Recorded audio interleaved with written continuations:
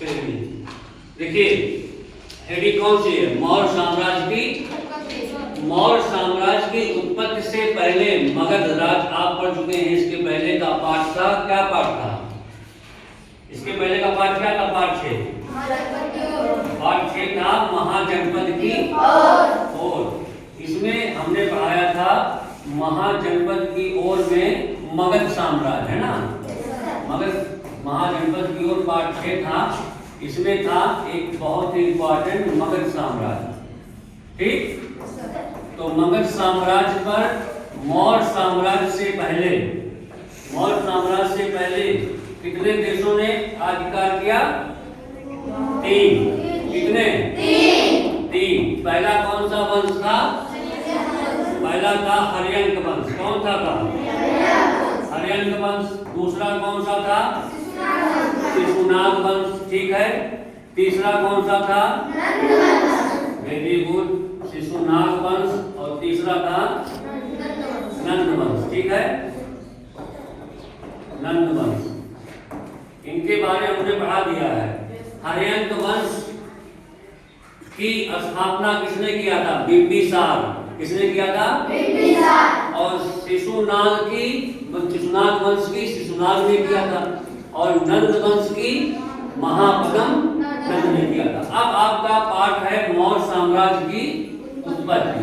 तो मौर्य साम्राज्य की स्थापना किसने किया है? चंद्रगुप्त मौर्य ने। किसको हराकर? नंद वंश का अंतिम शासक था घनानंद। और घनानंद ने अपने जो उसमें महामत थे, उनको हम कहते थे मंत्री को महामात। ठीक है, तो वो थे चाणक्य। तो चंद्रगुप्त मौर्य के गुरु का नाम क्या था?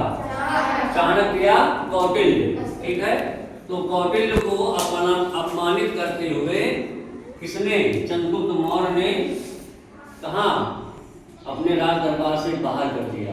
और उन्होंने प्रतिज्ञा किया कि मैं पुनः एक नए राजवंश की स्थापना करूंगा और घनानंद को राज से अलग करूंगा। तो चाणक्य ने एक लड़का था चंद्रगुप्त मौर्य। ठीक,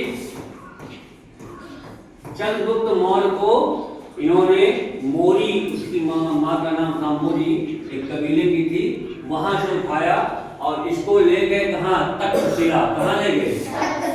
तक्षशिला ले गए। और तक्षशिला में इसको शिक्षा दिया।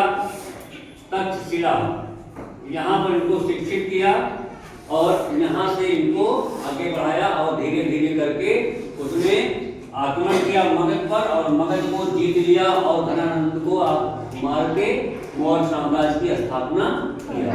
ठीक है, तो मौर्य साम्राज्य का सबसे पहला जो संस्थापक था कौन था? चंद्रगुप्त मौर्य। ठीक है, इसके बाद इनका पुत्र आता है बिंदुसार। कौन आता है? बिंदुसार।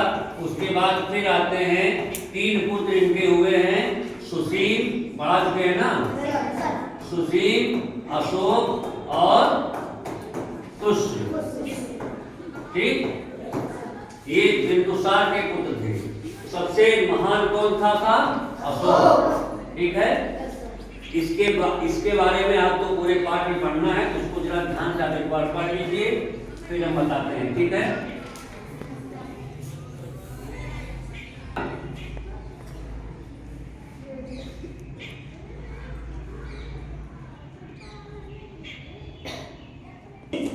तो पहले चंद्रगुप्त मौर्य ने लगभग 2300 साल पहले मौर्य साम्राज्य की स्थापना की थी।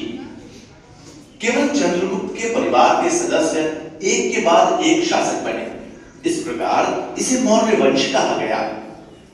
बौद्ध ग्रंथ महावंश चंद्रगुप्त को मौर्य या मौर्य नामक क्षत्रिय वंश का वंशज बताता है। इस प्रकार इस राजवंश को इसका नाम मिला।